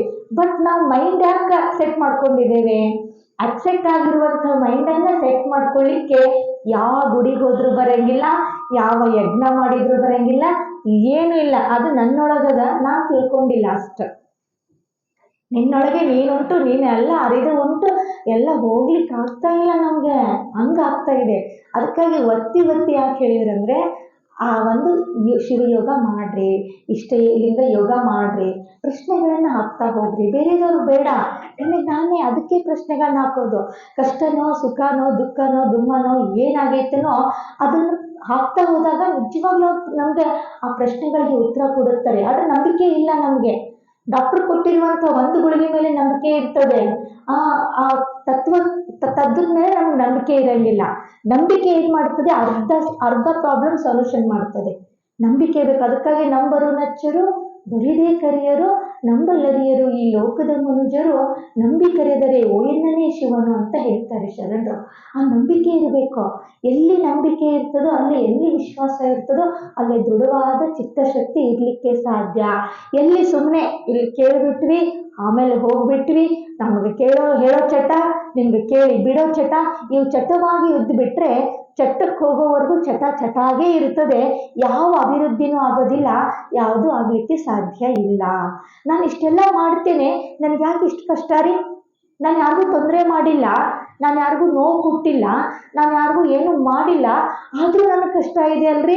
ಎಲ್ಲರೂ ಏನೇನೋ ಮಾಡಿ ಏನೇನೋ ಆಗಿರ್ತಾರೆ, ಅವರೆಷ್ಟು ಸುಖ ಇದೆ ಅಲ್ರಿ, ನಮಗೆಲ್ಲ ಯಾಕೆ ಕಷ್ಟ ರೀ? ಯಾಕಂದರೆ ನಾವು ಪ್ರಾರಬ್ಧ ಕರ್ಮವನ್ನು ತೆಗೆದುಕೊಂಡು ಬಂದಿದ್ದೇವೆ ಜಗತ್ತಿನಲ್ಲಿ. ಏನು ತೆಗೆದುಕೊಂಡು ಬಂದಿಲ್ಲ, ನಾವು ಒಂದೇ ಕರ್ಮಗಳನ್ನು ತೆಗೆದುಕೊಂಡು ಬಂದಿದ್ದೇವೆ. ಆಗ ಆ ಕರ್ಮಗಳನ್ನ ಅನುಸಾರವಾಗಿ ನಾ ಏನು ಮಾಡಿದ್ರೆ ನಾನು ಅನುಭವಿಸ್ಲೇಬೇಕಲ್ಲ. ಉಪ್ಪು ತಿಂದವ್ ನೀರು ಕುಡಿಯಬೇಕು, ಹಿಟ್ಟು ಬೀಸ್ದವ್ ಹಿಟ್ಟು ತುಂಬಲೇಬೇಕು. ಹಾಗೆ ನಮ್ಮ ಕರ್ಮಗಳು ನಮ್ಮ ಜೊತೆಗಾಗಿದ್ದಾವೆ. ಆದಿ ವ್ಯಾಧಿ ಎಂದು ಬಂದಿತ್ತು ನೋಡು ಅಂತ ಹೇಳ್ತಾರೆ ಉರ್ಲಿಂಗ ಪೆದ್ದಿಗಳು. ಆದಿ ವ್ಯಾಧಿ ಅನ್ನುವಂಥದ್ದು ಅವತ್ತಿನ ನಾವು ತೆಗೆದುಕೊಂಡು ಬಂದಿರುವಂಥದ್ದು. ಇಲ್ಲಿ ನಾವು ಇದನ್ನು ತೆಗೆದು ಹಾಕಲಿಲ್ಲ ಅಂದರೆ ಮತ್ತೆ ಅದನ್ನು ಮತ್ತೆ ಮುಂದಿನ ದಿನಮಾನದಲ್ಲಿ ಮುಂದಿನ ಇದಕ್ಕೆ ಬರ್ತಾವಲ್ಲ ಗೊತ್ತಿಲ್ಲ. ಸೊ ಹಾಗಾಗಿ ಅದನ್ನು ನಾವು ನಿವಾರಣೆ ಮಾಡ್ಕೋಬೇಕಾಗಿತ್ತಂದ್ರೆ ಇದೊಂದೇ ಪರಿಹಾರ. ಒಂದು ಸಾರಿ ನಾವು ನಮ್ಮನ್ನ ಪ್ರಶ್ನೆ ಹಾಕೊಂಡಿದ್ದೇವ? ನಾವು ನಮ್ಮ ಜೊತೆ ನಾವು ಮಾತಾಡಿದ್ದೇವೇನ್ರಿ? ಅದಕ್ಕಾಗಿ ಏನಂತಾರೆ ಈಗ ಬೇರೆದವ್ರು ಏನಂತಾರೆ, ಸ್ವಲ್ಪ ಮೆಡಿಟೇಷನ್ ಮಾಡ್ರಿ, ಆ ಒಂದು ಇದಕ್ಕೆ ಹೋಗ್ರಿ, ಸ್ವಲ್ಪ ಶಾಂತತೆಯಿಂದ್ರಿ, ಏಕಚಿತ್ತ ಮಾಡ್ರಿ, ಮೆಡಿಟೇಷನ್ ಮಾಡ್ರಿ ಅಂತ ಹೇಳ್ತಾ ಇದ್ದಾರೆ. ಯಾಕೆ ಹೇಳ್ತಾ ಇದ್ದಾರೆ? ಅದಕ್ಕೆ ಸ್ವಲ್ಪ ಸಮಯ ಕೊಡ್ಬೇಕು ನಾವು. ಅದಕ್ಕೆ ಸಮಯ ಕೊಡ್ತಾ ಇಲ್ಲ ನಾವು. ಮೆಡಿಟೇಷನ್ ಅಂದ್ರೆ ಏನಪ್ಪಾ ಅಂದ್ರೆ ನನಗೆ ನಾನು ಪ್ರಶ್ನೆ ಹಾಕೊಳ್ಳುವಂಥದ್ದು, ನನಗೆ ನಾನು ಪೂರ ಅವಿರತವಾಗಿ ವಿಚಾರ ಮಾಡುವಂಥದ್ದು. ನಾವೇನು ಮಾಡ್ತಾ ಇಲ್ಲ ಅಂದ್ರೆ ನಾನು ಹಿಡ್ಕೊಂಡೆ ಹೇಳ್ತಾ ಇದ್ದೀನಿ. ನಾವು ಏನು ಮಾಡ್ತಾ ಇದ್ದೇನೆ ಅಂದರೆ, ಅರಿವು ತೋರಲೆಂದು ಕುರು ಕೊಟ್ಟರೆ ಅರಿವು ಮರಿತು ಕುರು ಹಿಡಿತು ಜಗವೆಲ್ಲ ಅಂದಂಗೆ ಅಲ್ಲಪ್ರಭು ಹೇಳ್ದಂಗೆ ಆಗ್ಬಿಟ್ಟಿದೆ ನಮ್ಮ ಪರಿಸ್ಥಿತಿ. ಸೊ ಹಾಗಾಗಿ ನಮ್ಮ ಕಷ್ಟ ಕಾರ್ಪಣ್ಯಗಳು, ನಮ್ಮ ದುಃಖ ದುಮ್ಮಾನಗಳು ನಾವೆಲ್ಲ ತೋರಿಸ್ತಾ ಇದ್ದೇವೆ. ನಾವು ವೈದ್ಯ ಕಡೆ ಹೋಗ್ತೇವೆ, ನಾವು ಹಾಸ್ಪಿಟಲ್ಗೆಲ್ಲ ಹೋಗ್ತೇವೆ, ಅವ್ರು 100% ರಿಲೀಫ್ ಮಾಡ್ಬೋದು. ಬಟ್ ಎಲ್ಲ ರಿಲೀಫ್ ಮಾಡೋದು ನಮ್ಮಲ್ಲೇ ಇದೆ. ಅದು our mind and our health and our hand ಅಂದಂಗ ನಮ್ಗೆ ನಿಜವಾದ ವೆಲ್ತ್ ಏನಪ್ಪ ಅಂದ್ರೆ ನಮ್ಮ ಆರೋಗ್ಯ. ಇದು ಇಲ್ಲದೆ ಹೋದಾಗ ಆರೋಗ್ಯ ಕಡೆ ನಮ್ಮ ಆರೋಗ್ಯನ ನಿವಾರಣೆ ಮಾಡ್ಕೋಬೋದು. ಇದರಿಂದ ಯಾವ ಮದ್ದಿಲ್ದಂಗಿರ ಆರೋಗ್ಯ ನಿವಾರಣೆ ಶಿವಯೋಗದಿಂದ ಸಾಧ್ಯ ಐತೆ. ಅದು ನಾನು ಕಂಡುಂಡದ್ದು 5-6 ವರ್ಷದಲ್ಲಿ ನಾನು ಲೋಕಾಂತ ಹೋಗಲೇ ಇಲ್ಲ. ಏಕಾಂತದಲ್ಲೇ ಇದ್ದೆ ಆ ಪ್ರಶ್ನೆಗಳಿಗೆ ಉತ್ತರವನ್ನು ಹುಡುಕ್ತಾ ನಾನು ಹೀಗಾಗಿದ್ದೇನೆ. ಆ್ಯಕ್ಚುಲಿ ಹೇಳಬೇಕಾಗಿತ್ತಂದ್ರೆ ಅದು ನನ್ನ ಅನುಭವಕ್ಕೆ ತರ್ತಾ ಇಲ್ಲ. ನಾವು ಪ್ರತಿಯೊಬ್ಬರು ಕೇಳ್ತಾ ಇದ್ದೀವಿ ಬಿಡ್ತಾ ಇದ್ದೇವೆ. ಎಲ್ಲರೂ ಹಿಡಿಲಿಕ್ಕೆ ಸಾಧ್ಯ ಆಗೋದಿಲ್ಲ. ಅಟ್ಲೀಸ್ಟ್ 1% ಆದರೂ ನಾವು ಬಂದಿದ್ದೇವೆ. ಯಾವಾಗ ಹೋಗ್ತೇವೆ ನಮಗೆ ಗೊತ್ತಿಲ್ಲ, ಹೋಗೋದಂತೂ ಎಲ್ಲರೂ ಗ್ಯಾರಂಟಿನೇ. ಅದು ಅನುಭವಿಸ್ಬೇಕಲ್ಲ. ಈಗ ಒಂದು ಹೋಟೆಲ್ಗೆ ಹೋಗಿರ್ತೀವಿ, ಎಲ್ಲರೂ ಹೋಟೆಲ್ಗೆ ಹೋಗಿದ್ದೀರಾ, ನನ್ನ ಸಮೇತ ಹೇಳ್ತೇನೆ. ನಾನು ಹೋಟೆಲ್ಗೆ ಹೋದಾಗ ಆ ಹೋಟೆಲಲ್ಲಿ ಏನು ಆರ್ಡ್ರ್ ಕೊಡ್ತೀವಲ್ಲ ಅದು ತಗೋತೇವೆ. ಎಲ್ಲನೂ ಆರ್ಡ್ರ್ ಕೊಟ್ಟರೆ ಎಲ್ಲನೂ ತಿನ್ನಬೇಕಾಗತ್ತೆ. ತಿಂದರೂ ತಿನ್ಬೋದು, ಬಿಟ್ಟರು ಬಿಡ್ಬೋದು. ಬಿಲ್ ಕೊಟ್ಟು ಮಾತ್ರ ಬರಬೇಕಾಗತ್ತೆ. ಆದರೆ ಅದು ತಂದು ಕೊಟ್ಟಿರ್ತಾರಲ್ಲ ಪದಾರ್ಥ, ಅನುಭವಿಸ್ಬೇಕಲ್ಲ. ಸುಮ್ಮನೆ ಟೇಸ್ಟ್ ನೋಡಿ ವೇಸ್ಟ್ ಮಾಡಿಬಿಟ್ರೆ ವೇಸ್ಟ್, ಅವ್ರಿಗೂ ಬರೋಲ್ಲ ಇದಕ್ಕೂ ಬರೋಲ್ಲ, ಕಸದಲ್ಲಿ ಹೋಗ್ಬಿಡುತ್ತೆ. ಹಾಗಾಗಿ ಈ ಜಗತ್ತನ್ನು ಹೋಟೆಲಲ್ಲಿ ನಾವು ಬಂದಿದ್ದೇವೆ, ಪ್ರತಿಯೊಂದು ಅನುಭವಿಸ್ಬೇಕು. ಆ ಹೋಟೆಲಲ್ಲಿ ಲೋಟ ಚೆನ್ನಾಗಿದೆ, ಕಪ್ ಚೆನ್ನಾಗಿದೆ, ಚಮಚ ಚೆನ್ನಾಗಿದೆ, ನಾ ತಗೊಂಡು ಹೋಗ್ಬೇಕು ಅನ್ನೋಂದ್ರೆ ತಗೊಂಡು ಬರ್ಲಿಕ್ಕೆ ಸಾಧ್ಯ ಆಯ್ತಾ? ಮನೆಗೆ ಯಾರು ಕೊಡ್ತಾರೇನ್ರಿ? ತೆಗೆದುಕೊಂಡು ಹೋಗ್ಲಿಕ್ಕೆ ಯಾರಿಗೂ ಸಾಧ್ಯ ಇಲ್ಲ. ಅದೊಂದು ರೂಲ್ಸ್. ಅದು ಚೆನ್ನಾಗಿರ್ಬೋದು, ಭಾರಿ ಇಂಪಾರ್ಟೆಂಟ್ ಇರ್ಬೋದು, ಬೆಳ್ಳಿದೇ ಇರ್ಬೋದು, ಬಂಗಾರದ್ದಿರ್ಬೋದು, ಅಲ್ಲೇ ಬಿಟ್ಟು ಬರ್ಬೇಕದು. ಅದು ನಾವು ತಗೊಂಡು ಬರ್ಲಿಕ್ಕೆ ಆಗೋದಿಲ್ಲ. ಹಾಗೆ ಇಲ್ಲಿ ಏನಿದೆಯಲ್ಲ ಅದೆಲ್ಲ ಚಂದ ಅನುಭವಿಸ್ಬೇಕ್ರಿ. ನಾವು ಅದ್ರ ಅನುಭವಿಸ್ತಾ ಇಲ್ಲ. ಇದ್ದಿದ್ದನ್ನು ಬಿಟ್ಟು ಬಾರದನ್ನು ನಾವು ಏನು ಮಾಡ್ತಾ ಇದ್ದೀವಿ, ಅದನ್ನು ನಳಿ ಸಾಯ್ತಾ ಇದ್ದೇವೆ. ಹಾಗಾಗಿ ನಾವೆಲ್ಲ ಏನು ಮಾಡಬೇಕಾಗಿದೆ ಅಂದರೆ, ಆ ಒಂದು ನಿಟ್ಟಿನಲ್ಲಿ 100% ಒಂದು 5-10 ನಿಮಿಷ ಆದರೂ ದಿನ ಜಾಸ್ತಿ ಹಾಕೋತ ಹೋಗ್ಲಿ, some% ಇಷ್ಟಲಿಂಗ ಯೋಗದಲ್ಲಿ ನನ್ನ ಜೊತೆ ನಾನು ಕಳಿಬೇಕು, ನನ್ನ ಪ್ರಶ್ನೆಗಳಿಗೆ ನಾನು ಹುಡುಕ್ಬೇಕು ಅಂತ ಹೇಳ್ಬೇಕು. ನಾವು ಅದು ನಮ್ಮ ಅನ್ಭವಿಸ್ಬೇಕು, ಮಾಡ್ಲೇಬೇಕು. ಪ್ರತಿಯೊಬ್ಬರು ಮಾಡ್ಲಿಲ್ಲ ಅಂದ್ರೆ ಸಾಧ್ಯ ಇಲ್ಲ. ನಿಮ್ ಕಷ್ಟ ಕಾರ್ಪಣ್ಯ ಯಾವ ದೇವ್ರ ಕಡೆ ಹೋಗಿ ಏನೂ ಆಗ್ಲಿಕ್ಕೆ ಸಾಧ್ಯ ಇಲ್ಲ. ನಾವು ಬರೀ ಬಾಯಲ್ಲಿ ಹೇಳಿದ್ರೂ ಸಾಧ್ಯ ಇಲ್ಲ, ನೆನೆಸ್ಕೊಂಡ್ರೂ ಸಾಧ್ಯ ಇಲ್ಲ, ನೋಡಿದ್ರೂ ಸಾಧ್ಯ ಇಲ್ಲ. ಅನುಭವಿಸಿದಾಗ ಮಾತ್ರ ಅದು ನಿವಾರಣೆ ಆಗ್ತದೆ. ಅನುಭವನೇ ನಮ್ಮ ಜೀವನ ಆಗಬೇಕು. ಸೊ ಹಾಗಾಗಿ ಅಂಥ ಒಂದು ವಿಚಾರಗಳನ್ನ, ನಮ್ಮ ಒಂದು ಲೈಫ್ ಸ್ಟೈಲ್ ಸ್ವಲ್ಪ ಚೇಂಜ್ ಮಾಡ್ಕೋಬೇಕು. ಆಹಾರದಲ್ಲಿ ನಾವು ಚೇಂಜ್ ಮಾಡ್ಕೋಬೇಕು. ಆ ಹಿಂದಿನವ್ರು ಏನ್ ಪದ್ಧತಿ ಹಾಕೊಂಡು ಬಂದ್ರೋ ಅದೆಲ್ಲ ಕರೆಕ್ಟ್ ಇತ್ತು. ಆಹಾರದಲ್ಲಿ ಚೇಂಜ್ ಆಗಬೇಕು. ನಮ್ಮ ವಿಹಾರದಲ್ಲಿ, ನಮ್ಮ ಆಚರಣೆಯಲ್ಲಿ, ನಮ್ಮ ಒಂದು ಮೆಂಟಾಲಿಟಿ ಯಾವತ್ತು ಯಾವಾಗ್ಲೂ ಅವ್ರು ಹಾಗಾಯ್ತು, ಹೀಗಾಯ್ತು, ಹಂಗಾಯ್ತು, ಹಿಂಗಾಯ್ತು ಮಾಡಿದ್ರೆ ಎಲ್ಲ ರೀತಿಯಲ್ಲಿ ಸಕಾರಾತ್ಮಕವಾಗಿರುವಂಥ ಗುಣ. ಎಲ್ಲ ಕಡೆ ಎಲ್ಲರೂ ಇದ್ದವರೇ ಇರ್ತಾರೆ, ಎಲ್ಲರೂ ಇರ್ತಾರೆ ಅಂತ ಬಸವಣ್ಣವ್ರಿಗೆ ಬಿಟ್ಟಿಲ್ಲ. ಯಾರ್ಯಾರು ತತ್ವಜ್ಞಾನಿಗಳಾಗಿ ಹೋಗಿದಾರೋ ಅವ್ರು ಜಗತ್ತಿನಾದ್ಯಂತ ಎಲ್ಲರೂ ಸಲೀಸಾಗಿ ಜೀವನ ನಡೆಸಿದಾರೇನ್ರಿ? ಇತಿಹಾಸವನ್ನು ನೋಡಿದಾಗ ಎಲ್ಲರಿಗೂ ಏನಿಲ್ಲ ಒಂದು ತೊಂದರೆ ಬಂದಿದೆ. ಅದು ತೊಂದರೆ ಬಂದರೂ ಅವ್ರು ಏನು ಮಾಡಿದ್ರು, ಕಷ್ಟವೇ ನಮಗೆ ಇಷ್ಟವಯ್ಯ, ಅವಮಾನವೆನಗೆ ಸನ್ಮಾನವಯ್ಯ, ನಿಂದಕರನೆಗೆ ವಂದಕರಯ್ಯ, ಮುಳ್ಳಿನ ಹಾದಿಯೇ ರಾಜಬೀದಿಯಯ್ಯ ಅಂತ ಅವ್ರು ಓದಾಡಿದವರು. ಎಲ್ಲ ತತ್ವಶಾಸ್ತ್ರವನ್ನ ಆಧರಣವಾಗಿ ಇಟ್ಕೊಂಡು ಸಮಾಜವನ್ನು ಸುಧಾರಣೆ ಮಾಡುವಂಥವ್ರು ಯಾರು ಸಲೀಸಾಗಿ ಜೀವನವನ್ನು ನಡೆಸಿಲ್ಲ.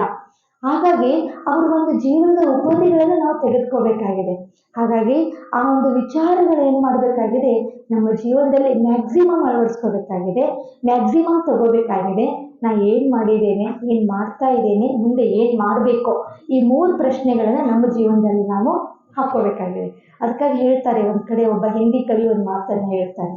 ಏನು ಹೇಳ್ತಾನಂದ್ರೆ, मुखड़ा देख ले प्राणी जरा दर्पण में हो, देख ले कितना पुण्य है कितना पाप तेरे दामन में, देख ले दर्पण में मुखड़ा देख ले प्राणी. ನೀ ಕನ್ನಡಿ ನೋಡ್ಕೊ ಅಂತ ಹೇಳ್ತಾರೆ. ನಾವು ದಿನ ಕನ್ನಡಿ ನೋಡ್ಕೋತೇವೆ. ಕನ್ನಡಿ ನೋಡೋದೇ ಬೇರೆ, ಅಲ್ಲಿ ಕಾಣೋದೇ ಬೇರೆ. ಹೇಗೋ ಹಾಗೆ ನನ್ನನ್ನು ನೋಡ್ಕೊಂಡಾಗ ನನ್ನನ್ನು ನೋಡ್ಕೊಳ್ಳೋದೇ ಬೇರೆ, ಅಲ್ಲಿರುವಂಥ ವಿಷಯಗಳೇ ಬೇರೆ. ಸೊ ಹಾಗಾಗಿ ನಮ್ಮ ಕಷ್ಟ ಕಾರ್ಪಣ್ಯ ದುಃಖ ದುಮ್ಮಾನ ದೂರ ಆಗಬೇಕಾಗಿತ್ತಂದ್ರೆ, ನಾವು ಜೀವನದಲ್ಲಿ ತೃಪ್ತಿಯಿಂದ ಸಂತೃಪ್ತಿಯಿಂದ ಜೀವನ ಮಾಡಬೇಕಾಗಿತ್ತಂದ್ರೆ ನಮ್ಮನ್ನು ನಾವು ಮೊದಲು ಪ್ರೀತಿ ಮಾಡಬೇಕು. ಅದು ಯಾವಾಗ ಪ್ರೀತಿ ಮಾಡಕ್ಕೆ ಸಿಗುತ್ತೆ? ನಮ್ಮನ್ನು ನಾವು ಅರ್ಥಾಗ. ನಮ್ಮನ್ನು ನಾವು ಯಾವಾಗ ಅರಿತೇವೆ? ನಮಗೋಸ್ಕರ ನಾವು ಸ್ವಲ್ಪ ಸಮಯ ಕೊಟ್ಟಾಗ. ನಮಗೋಸ್ಕರ ನಮ್ಗೆ ಸಮಯ ಯಾವಾಗ ಸಿಗತ್ತೆ? ನಾವು ಧ್ಯಾನದಲ್ಲಿ ಮುಳುಗಿದಾಗ ಮಾತ್ರ. ಇದು ಸ್ಟೇಜ್ ಸಿಕ್ಕಾಗ ಮಾತ್ರ ಆಮೇಲೆ ಗೊತ್ತಾಗತ್ತೆ ಇದು ನಿಜವಾಗಿ ತತ್ವ ಐತೆ, ಯಾಕೆ ಹೀಗೆ ಹೇಳಿದ್ರು ಅನ್ನುವಂಥದ್ದು. ಸುಮ್ಮನೆ ನಾವು ಕಾಲಹರಣ ಮಾಡ್ತಾ ಜೀವನವನ್ನು ನಡೆಸ್ತಾ ಹೋಗೋದ್ರೊಳಗೆ ಅರ್ಥ ಇಲ್ಲ. ಬಂದಿದ್ದೇವೆ, ಮುಂದೆ ಎಷ್ಟು ದಿನ ಇರ್ತೇವೆ ಗೊತ್ತಿಲ್ಲ, ಹೋಗೋದಕ್ಕೂ ಗ್ಯಾರಂಟಿ. ಇರೋದ್ರೊಳಗೆ ನಮ್ಮ ಸಂತೆಯನ್ನು ಮುಗಿಸ್ಕೋಬೇಕಾಗೈತೆ. 3 ದಿನದ ಸಂತಿ ನೀ ಮರೆತು ಇಲ್ಲಿ ಯಾಕೆ ಕುಂತಿ ಅಂತ ಹೇಳ್ತಾರೆ ತಪ್ಪಿಗ. 3 ದಿನದ ಸಂತಿ, ಬಾಲ್ಯ ಯೌವನ ಮುಪ್ಪು ಅನ್ನುವಂಥ 3 ದಿನದ ಸಂತಿ ಒಳಗೆ ಕೆಲವೊಂದು ಮರೆಯು ಬರ್ತಾ ಇದೆ. ಯಾವ್ದು ಹಿಡಿಬೇಕು? ನಾವೆಲ್ಲ ಏನಾಗ್ಬಿಟ್ಟಿದ್ದೇವೆ ಅಂದರೆ ಇವತ್ತು ವಸ್ತುಗಳ ಮೇಲೆ ಪ್ರೀತಿ ಮಾಡ್ತಾ ಇದ್ದೇವೆ, ವ್ಯಕ್ತಿಗಳ ಮೇಲೆ ಪ್ರೀತಿ ಮಾಡ್ತಾ ಇಲ್ಲ. ಜಗತ್ತಿನ ಒಂದು ಟ್ರುತ್ ಇದು. ಯಾವಾಗ ವಸ್ತುಗಳನ್ನು ಬಿಟ್ಟು ಭೌತಿಕತೆಯನ್ನು ಬಿಟ್ಟು ನಾವು ಆಂತರಿಕತೆಗೆ ಪ್ರೀತಿ ಮಾಡ್ತಾ ಹೋಗ್ತೇವೋ ಆವಾಗ ನಿಜದ ನಿಲುವು ನಮಗೆ ಸಿಗ್ಲಿಕ್ಕೆ ಸಾಧ್ಯ. ಇದು ಪೂರ್ಣ ವಚನದ ವಿಚಾರ. ಏನಪ್ಪ ಅಂದ್ರೆ, ಎಲ್ಲವನ್ನು ಬಿಟ್ಟು ಅಂತ ಹೇಳಲ್ಲ, ಒಂದು ಉಪವಾಸಿ ಬಳಸಿ ಬ್ರಹ್ಮಚಾರಿ ಅಂತ ಹೇಳ್ತಾರೆ ಶರಣರು. ಸೊ ಎಲ್ಲರ ಜೊತೆ ಇದ್ದು, ಹೆಂಗಂದ್ರೆ ಹುಲ್ಲಾಗು ಬೆಟ್ಟದಡಿ ಮನೆಗೆ ಮಲ್ಲಿಗೆಯಾಗು, ಕಲ್ಲಾಗು ಕಷ್ಟಗಳ ವಿಧಿಮಳೆ ಸುರಿಯೇ, ಕಲ್ಲು ಸಕ್ಕರೆಯಾಗು ಬೆಲ್ಲ ಸಕ್ಕರೆಯಾಗೋ, ಎಲ್ಲರೊಳಗೆ ಒಂದಾಗು ಮಂಕುತಿಮ್ಮ ಅಂತ ಹೇಳ್ತಾರೆ. ಅಂದ್ರೆ ನಾವು ಹುಲ್ಲಾಗಬೇಕು. ನನಗಿಂತ ಕಿರಿಯರಿಲ್ಲ, ಶಿವಭಕ್ತಿಗಿಂತ ಹಿರಿಯರಿಲ್ಲ. ಹುಲ್ಲು ಸಣ್ಣದಿರುತ್ತೆ ನೋಡ್ರಿ, ಅದು ಎಲ್ಲಾಗಬೇಕು ಬೆಟ್ಟದ ಮ್ಯಾಲೆ ಹೋಗಿ ದೊಡ್ಡ ಗಿಡ ಆಗ್ತೇನಂದ್ರೆ ಉಪಯೋಗ ಇಲ್ಲ. ಅಲ್ಲಿ ಯಾವ ಪಶು ಪಕ್ಷಿಗಳು ಬರೋಂಗಿಲ್ಲ, ಹುಲ್ಲು ತಿನ್ಲಿಕ್ಕೆ ಸಾಧ್ಯ ಇಲ್ಲ. ಅಂದ್ರೆ ನಾವು ಭಾಳ ದೊಡ್ಡವನಾಗ್ತೇನೆ, ಭಾಳ ಎತ್ತರಕ್ಕೆ ಹೋಗ್ತೇನೆ, ಟಾಟಾ ಬಿರ್ಲಾ ಅಂಬಾನಿ ಥರ ಆಗ್ತೇನೆ ಅನ್ನೋದಲ್ಲ. ಹುಲ್ಲಾಗು ಬೆಟ್ಟದಡಿ. ಈ ಜಗತ್ತು ಭಾಳ ದೊಡ್ಡದದ. ಆ ಬೆಟ್ಟದ ಬೆಟ್ಟದ ಕೆಳಗೆ ಹುಲ್ಲಾಗಬೇಕು. ಎಲ್ಲರಿಗೂ ಏನು ಸಿಗಬೇಕು? ಎಲ್ಲ ಪಶು ಪಕ್ಷಿಗಳ ಹುಲ್ಲು ಕೈಗೆ ಸಿಗಬೇಕು. ಹುಲ್ಲಾಗು ಬೆಟ್ಟದಡಿ ಮನೆಗೆ ಮಲ್ಲಿಗೆಯಾಗು. ಮಲ್ಲಿಗೆ ಹೂ ತಂದಿಟ್ರೆ ಏನಾಗತ್ತೆ ರೀ, ಒಂದು ಮೂಲೆಯಲ್ಲೇ ಇಟ್ಟು ಬಿಡ್ರಿ, ಎಲ್ಲ ಎಷ್ಟೆಲ್ಲ ಸುಮಧುರ ವಾಸನೆ. ಯಾರಾದರೂ ಬ್ಯಾಡ ಅಂತಾರೆ ಅಂದ್ರೆ ಮಸ್ತ್ ಐತ್ ನೋಡಂತ ಎಲ್ಲರಿಗೂ ಅಪ್ಯಾಯನಮಾನ. ನಮ್ಮ ವ್ಯಕ್ತಿತ್ವ, ನಮ್ಮ ನಡೆ, ನಮ್ಮ ನುಡಿ, ನಮ್ಮ ಒಂದು ಬಿಹೇವಿಯರ್ಸ್ ಹೆಂಗಿರ್ಬೇಕಂದ್ರ ಆ ಮಲ್ಲಿಗೆ ಥರ ಇರಬೇಕು. ಯಾಕಂದ್ರೂ ಪ್ರೀತಿ ಮಾಡಬೇಕು, ಅಪ್ಯಾಯನವಾಗಿರ್ಬೇಕು. ಅದು ಇವತ್ತು ಮಲ್ಲಿಗೆ ಐತೆ, ನಾಳೆ ಅದೇ ಮಲ್ಲಿಗೆ ಬಾಡಿ ಹೋಗ್ಬಿಡುತ್ತೆ. ಇವತ್ತು ನಾನು ಇದೇನೆ, ಇನ್ನೊಂದು ತಾಸು ನಾನು ಇರ್ತೇನೆ ಅನ್ನೋದು ನನಗೆ ಗ್ಯಾರಂಟಿ ಇಲ್ಲ. ಗ್ಯಾರಂಟಿ ಐತೇನ್ರಿ ಜಗತ್ತಿನೊಳಗ? ಇರುವಾಗ ಆ ಮಲ್ಲಿಗೆ ಥರ ಇರಬೇಕು.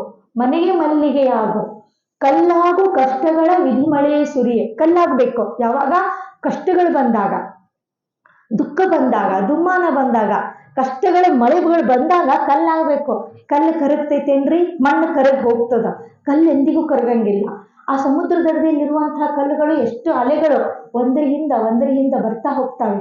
ಆ ಕಲ್ಲು ಯಾವಾಗಾರ ಅಳಗಾಡ್ತದೇನೋ? ಅಳಗಾಡಂಗಿಲ್ಲ. ಹಂಗ ಕಷ್ಟಗಳು ಬಂದಾಗ, ನಮಗೆ ಬಹಳ ಸಂಕಟಗಳು ಬಂದಾಗ ನಾವೇನಾಗಬೇಕು? ಕಲ್ಲಾಗಬೇಕು. ಎಷ್ಟು ಮಳೆ ಸುರಿಲಿ, ಎಂಥದೇ ಮಳೆ ಸುರಿಲಿ, ಎಷ್ಟು ಬರ್ತೀಯ ಬರಲಿ, ನಾನು ಅಂಜೋದಿಲ್ಲ ಅನ್ನುವಂಥ ಒಂದು ದೃಢವಾಗಿರುವಂಥ ಚಿತ್ತ ಮನಸ್ಸಿದ್ದಾಗ ಮಾತ್ರ ಅಲ್ಗಾಡಂಗಿಲ್ಲ, ಅಲ್ಲಿ ನರ್ವಸ್ ಆಗಂಗಿಲ್ಲ, ಹೈಪರ್ ಟೆನ್ಷನ್ ಆಗಂಗಿಲ್ಲ, BP ಲೋ ಆಗಂಗಿಲ್ಲ, ಶುಗರ್ ಜಾಸ್ತಿ ಆಗಂಗಿಲ್ಲ, ಎಂಥದ್ದು ಆಗಂಗಿಲ್ಲ. ಒಂದು ಸಣ್ಣ ಕಷ್ಟ ಬಂತಂದ್ರೆ ಜಾಸ್ತಿ ಟೆನ್ಷನ್ ಮಾಡ್ಕೊಂಡು ಡಾಕ್ಟರ್ ಹೇಳ್ತಾನೆ, ಟೆನ್ಷನ್ ಮಾಡ್ಕೊಳ್ಳಿಕ್ಕೆ ಹೋಗ್ಬೇಡ್ರಿ, ಸಮಾಧಾನಾಗಿರ್ರಿ, ಟೆನ್ಷನ್ ಮಾಡ್ಕೊಳ್ಳಿಕ್ಕೆ ಹೋಗ್ಬೇಡ್ರಿ, ಸಮಾಧಾನಾಗಿರ್ರಿ. ಹಂಗಾಗಿ ನಾವು ಎಲ್ಲೇ ಬರಲಿ, ಬಂದಿದ್ದು ಬರಬೇಕು. ನಾ ಈ ಜಗತ್ತಿನಲ್ಲಿ ದುಡ್ದಿದ್ದು ಉಣ್ಲಿಕ್ಕೆ ಬಂದಿಲ್ಲ, ಇದನ್ನು ಗಟ್ಟಿ ಮಾಡ್ಕೋಬೇಕು. ನಾನು ದುಡ್ದಿದ್ದು ಉಣ್ಲಿಕ್ಕೆ ಬಂದಿಲ್ಲ ಈ ಜಗತ್ತಿನಲ್ಲಿ, ಪಡೆದಿದ್ದೇ ಉಣ್ಲಿಕ್ಕೆ ಬಂದಿದ್ದೇನೆ ಅನ್ನುವಂಥದ್ದು ಒಂದು ನುಲಿವಿನ ನಡೆಗೆ ನಾವು ಹೋಗಬೇಕು ಅಂತ ಹೇಳ್ತಾರೆ. ಹಾಗಾಗಿ ಕಲ್ಲಾಗು ಕಷ್ಟಗಳ ವಿಧಿಮಳೆಯೇ ಸುರಿಯೆ. ಮನೆಗೆ ಮಲ್ಲಿಗೆ ಆಗು, ಕಲ್ಲುಗಳಿಗೆ ಕಷ್ಟ ಆಗು, ಎಲ್ಲರೊಳಗೆ ಬೆಲ್ಲ ಸಕ್ಕರೆ ಆಗೋ. ಎಲ್ಲರ ಬಾಯಿನಲ್ಲಿ ಬೆಲ್ಲ ಸಕ್ಕರೆ. ಆ ಬೆಲ್ಲ ಸಕ್ಕರೆ ಬೆಲ್ಲ ಯಾವ ಕಡೆಯಿಂದ ಕಡಿದ್ರೆ ಏನಾಗಿರ್ತದೆ? ಸಿಹಿ ಆಗಿರ್ತದಲ್ಲ. ನೀವು ಯಾವ ಆ್ಯಂಗಲಲ್ಲಿ ಜೀವನ ನಡೆಸ್ತಾ ಇದ್ದೀರೋ ಎಲ್ಲ ಕಡೆಯಿಂದ ಸಿಹಿ ಆಗಿರಬೇಕು. ಎಲ್ಲರೊಳಗೆ ಒಂದಾಗು ಮಂಕುತಿಮ್ಮ, ಎಲ್ಲರೊಳಗೆ ಒಂದು ನಾನು, ದೊಡ್ಡವನೆಲ್ಲ ಅನ್ನುವಂಥದ್ದು. ಹಾಗಾಗಿ ಸೂಜಿ ದಾರ ನೋಡ್ಲಿಕ್ಕೆ ಸಣ್ಣದಿರುತ್ತೆ, ಆದರೆ 1000 ತುಂಡುಗಳನ್ನು ಒಂದು ಮಾಡುತ್ತೆ. ಕತ್ರಿ ನೋಡ್ಲಿಕ್ಕೆ ದೊಡ್ಡದಿರುತ್ತೆ, ಒಂದನ್ನ 1000 ತುಂಡು ಮಾಡುತ್ತೆ. ಹಾಗಾಗಿ ನಾವು ಸಣ್ಣವನೇ ಇರಲಿ, ಸೂಜಿ ದಾರದ ಥರ ಇರುವಂಥ ವ್ಯವಸ್ಥೆ ಯಾವ ಪರಂಪರೆಯಲ್ಲಿ ಐತಂದ್ರೆ ನಮ್ಮ ಶರಣ ಪರಂಪರೆಯಲ್ಲಿ ಐತಿ. ಹಾಗಾಗಿ ಏನಂತಾರಂದ್ರೆ ಬಾಗಿದ ತಲೆ ಮುಗಿದ ಕೈಯಾಗಿರಿಸು ಅಂದ್ರೆ ಸೂಜಿ ದಾರದ ಥರ ನೀನು ನಿರ್ವಹಣೆಯನ್ನು ಮಾಡು ಅಂತ ಅದರ ಅರ್ಥ.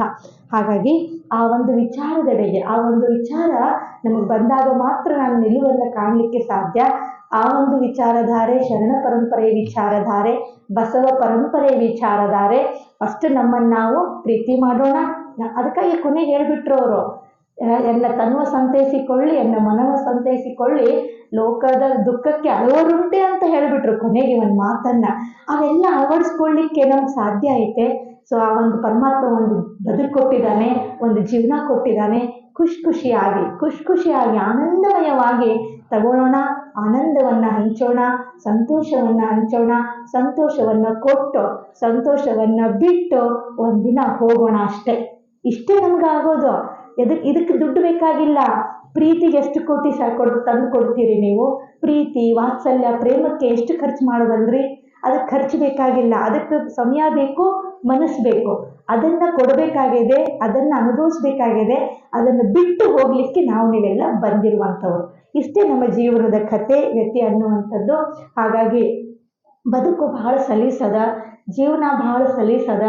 ಜೀವನ ನಾವೇನು ಮಾಡ್ಕೊಂಡ್ಬಿಟ್ಟೇವಂದ್ರೆ ನವನವೀನವಾಗಿ ಮಾಡ್ಕೋತಾ ಇಲ್ಲ, ನವ ಮಾಡ್ಕೋತಾ ಇದ್ದೇವೆ ಅಷ್ಟೇ. ನಮ್ಮ ಜೀವ ಇದ್ದವನು ಜೀವನ ಮಾಡಲಿಕ್ಕೆ ಸಾಧ್ಯ. ಜೀವನ ಅನ್ನುವಂಥ 3 ಅಕ್ಷರ. ಜಿ ತೆಗೆದುಬಿಟ್ರೆ ವನ ಆಗ್ಬಿಡುತ್ತೆ. ವನ ಅಂದರೆ ಸುಂದರವಾಗಿರುವಂಥ ತೋಟ. ಆ ತೋಟ ಯಾವಾಗೂ ಹಚ್ಚಸರಾಗಿ ನಳನಳಿತು. ತೋಟದಲ್ಲಿ ಯಾರಾದ್ರೂ ಹೋದ್ರೆ ಹೆಂಗೆ ಅನಿಸ್ತೈತ್ರಿ? ಭಾಳ ಚಂದ ಐತಂತ ಅನಿಸ್ತೈತಲ್ಲ. ನಮ್ಮ ಬದುಕು ಹಂಗೆ ಇರಬೇಕು, ವನದ ರೂಪದೊಳಗಿರಬೇಕು. ಆ ವನ ಉಲ್ಟಾ ಮಾಡ್ರಿ ಏನಾಗ್ತದ? ನವ ಆಗ್ತದೆ. ನವ ಅಂದ್ರೆ ಹೊಸದು, ಯಾವಾಗೂ ಹೊಸತನ. ಎಷ್ಟೇ ಕಷ್ಟ ಇರ್ತದೆ, ಎಷ್ಟೇ ನಷ್ಟ ಇರ್ತದೆ, ಅದು ಬದಿಗಿಟ್ಟು ಯಾವಾಗೂ ಲವಲವಿಕೆಯಿಂದ ನವೀನವಾಗಿ ಇರಬೇಕು. ಅದೇ ನಿಜವಾದ ಜೀವನ. ಅದೇ 3 ಅಕ್ಷರದೊಳಗೆ ನಮಗೆ ಕಂಡುಕೊಳ್ಳುವಂತಹ ಜೀವನ. ಆ ಬದುಕು ನವನವೀನತವಾಗಿರಲಿ, ನವವಾಗಿರಲಿ. ಯಾವುದೇ ಕಷ್ಟ, ನಷ್ಟ, ದುಃಖ, ದುಮ್ಮಾನ ಬಂದರೂ ಎಲ್ಲ ನನ್ನ ಪಾಲಿಗೆ ಬಂದಿದ್ದಂತ ಅಂದ್ಕೊಂಡು ನಾನು ಪರಮಾತ್ಮನಲ್ಲಿ ಯಾರು ಮೊರೆಗಿಡ್ತೇವೋ ಗೊತ್ತಿಲ್ಲ, ಅವ್ರ ಮುಂದೆ ಸ್ವಲ್ಪ ಹತ್ತು ಬಿಟ್ರೆ, ಮಂದಿ ಮುಂದೆ ಹತ್ತು ಬಿಟ್ರೆ ಅವ್ರು ಒಬ್ರದ್ದು ಹೋಗಿ ಮತ್ತೊಬ್ರಿಗೆ ಹೇಳ್ತಾರೆ. ಅದೇ ನಾವು ಲಿಂಗ ಹಿಡ್ಕೊಂಡು ಅವ್ರ ಮುಂದೆ ಹತ್ತು ಬಿಟ್ರ, ಅವನ ಮುಂದೆ ನಕ್ ಬಿಟ್ರ, ಅವಂಗ ಇದ್ ಮಾಡ್ಬಿಟ್ರ ಅದು ಎಲ್ಲ ನಿವಾರಣೆ ಆಗ್ತದ. ಐತಿ ಶಕ್ತಿ, ಅದಕ್ಕೆ ನಂಬಬೇಕು ನಾವು ಅಷ್ಟ. ಅವನ ಮುಂದೆ ಆಡಿದ್ರೆ ಏನ್ ತೊಂದರೆ ಇಲ್ಲ, ಅಶ್ರುನು ಬರ್ಬೇಕು, ಆನಂದ ಅಶ್ರು ಹೆಂಗೋ ದುಃಖದ ಅಶ್ರುನು ಬರ್ಬೇಕು, ಅವಾಗ ಮನಸ್ಸು ಸಮಾಧಾನ ಆಗ್ತದ. ಸೊ ಹಾಗಾಗಿ ಈ ಒಂದು ಪರಿಪಾಠ ಅದಕ್ಕಾಗಿ ಹೇಳಿದ್ರು, ಅಲ್ಲಿ ಇಲ್ಲಿ ಹೋದ್ರೆ ಏನಿಲ್ಲ, ಹೋಗ್ರಿ ಬ್ಯಾಡ ಅನ್ನಂಗಿಲ್ಲ, ಜಸ್ಟ್ ನೋಡಿ ಸರ್ವೆ ಮಾಡ್ಬರ್ರಿ, ಅದೇ ಆಗಲ್ಲ ಅನ್ನುವಂಥದ್ದು. ಏಕದೇವೋಪಾಸನೆಯಕ್ಕೆ ಒತ್ತಿ ಒತ್ತಿ ಹೇಳಿದ್ರಂದ್ರೆ, ನಿನ್ನ ನೀ ತಿಳ್ಕೊ, ನಿನ್ನ ಕಷ್ಟಗಳು ನಿವಾರಣೆ ಆಗಲಿ, ನಿನ್ನೊಂದು ತೃಪ್ತಿ ಸಿಗಲಿ, ಸಂತೃಪ್ತಿ ಸಿಗಲಿ, ಸುಖಮಯವಾಗಿರುವಂಥ ಜೀವನ, 3 ದಿನದ ಜೀವನ ಚಿಂತೆಯುಕ್ತವಾಗದೆ ಆರಾಮಾಗಿ ಕಳೀಲಿ ಅನ್ನೋದಕ್ಕೆ ಅವ್ರು ಏಕದೇವೋಪಾಸನೆಯನ್ನು ಒತ್ತಿ ಒತ್ತಿ ಹೇಳುವಂಥದ್ದು. ಹಾಗಾಗಿ ಅದನ್ನು ನಾವು ಅಳವಡಿಸ್ಕೊಳ್ಳೋಣ, ಅದನ್ನು ನಾವು ಅನುಭವಿಸೋಣ. ಬರೀ ನೋಡಿ ಓದಿದ್ರೆ ಉಪಯೋಗ ಇಲ್ಲ, ಗಿಳಿನೂ ಓದ್ತದ ಬಾಯ್ಪಾಟ್ ಮಾಡ್ತದ. ಆದರೆ ಬಾಯ್ಪಾಟು ಗಿಳಿ ಓದದೆ ನಾವು ಅದನ್ನು ಸ್ವಲ್ಪ 1% ಟೆಸ್ಟ್ಗೋಸ್ಕರ ನಾವು ತಗೊಳ್ಳೋಣ, ಏನಾಗುತ್ತೆ ಅಂತ ನೋಡೋಣ.